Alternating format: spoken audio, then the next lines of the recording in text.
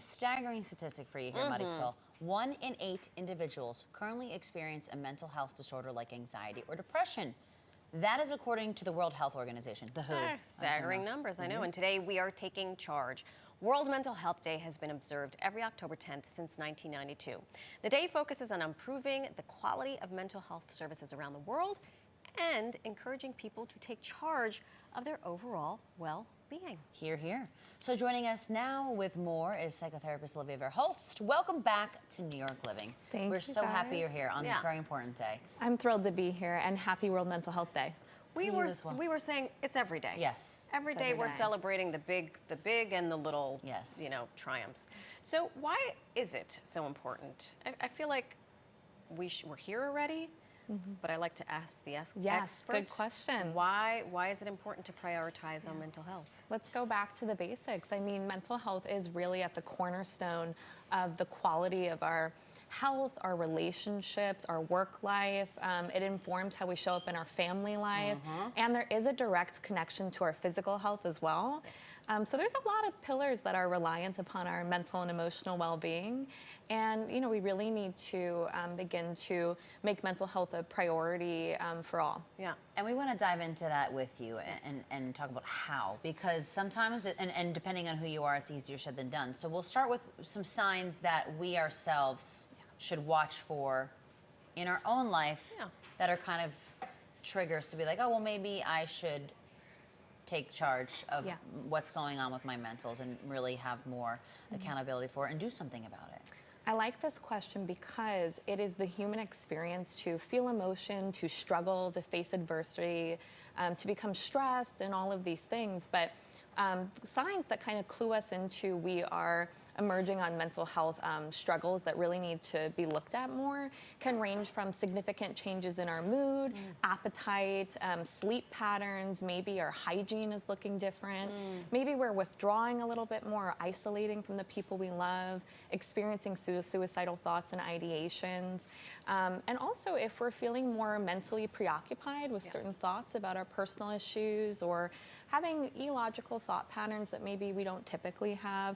These are all signs that we really, we always deserve support, but these are signs that we really want to prioritize it. Yeah. Because you can't do it alone. No. I tell this to my own children, I tell this to my partner. You can't, you just have to ask for help. Now, what if you are someone who, I'm very open about, I have a therapist, I've been in therapy for 25 plus years. Amazing. How do I approach when a family member or a friend or a loved one, I know this person needs help, not just talking to me. You need to get, unbiased third party. Right, and that is exactly what it is. It's what they are. It is an sounding board. How do you have that conversation without shattering the relationship? Okay, good point there.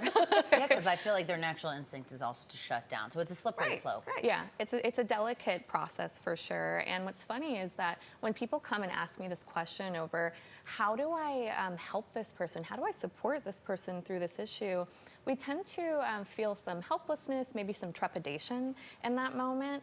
Meanwhile, we're kind of overlooking the simplest and yet richest thing that we could possibly offer someone, which is I care about you. And I am available for you, and nothing that you can do or say is going to change how I feel about you. And then once we create that safe space and once we foster that curiosity and active listening, then we can go into resource giving and proactivity mode and how can I really be of assistance to you. Right. Maybe we collect resources then for therapy for them if they're open to it. I like that. Without maybe, that's collecting a less resources, right? confrontational way. Establish that it's a safe space. Need the safe space. That's good. So let's go through 3 ways. This is interesting that people can prioritize their mental health. You say the first one is identifying and challenging negative self-talk. Yes. So show of hands, who of us have experienced negative self-talk before? Hello. Yes, probably. Everybody in this room should be raising Everyone their in the hand. studio. Yeah. Everybody's raising their hand because it is a very natural part of the human condition. And human beings do tend to have a negativity bias where maybe we are fixating on the perceived worst things about ourselves. The dangerous part about negative self-talk is when it is happening frequently and unconsciously, meaning we really don't have an awareness around it. So first and foremost, identifying the negative self-talk. Right. Quite literally, you can say, that's a thought, or that's that negative self-talk or negative self-talk Right. pattern popping up for us. And in that moment, we're already kind of distancing ourselves from the thought. Acknowledgement. Yes, acknowledgement, and it's no longer this inherent fact about us swirling around in our head if we're naming it as a thought. So it's helping us to distance. Step 2 is challenging and kind of playing with the thought. We don't want to like avoid them or shut them down. Let's kind of talk to them and question them. Right. And that can look like, what is the evidence to support this Right. thought about me? What is the evidence to support against this thought about me? And I do have this third question kind of lingering in the back of my mind over whose voice is this? Yeah. That could be a useful question for particularly those who have experienced abuse and trauma growing up. Is it even my voice that's the one saying these things about me? Right. And then lastly, ending with a compassionate and realistic response. And then you say have some mindful rituals. This is good. Yes. Once you've identified A the mindfulness voice, ritual. and I you've need to tried get some of I those. know. Once you've Yes. identified the voice, identified what this false narrative is. Yeah. What are the rituals? There's a lot of research to support mindfulness and psychological health, and some easy rituals we can do beginning when we wake up in the morning is quite literally waking up and not reaching for our phone. It's so easy. It's a hard one. No I text know. for you, sorry.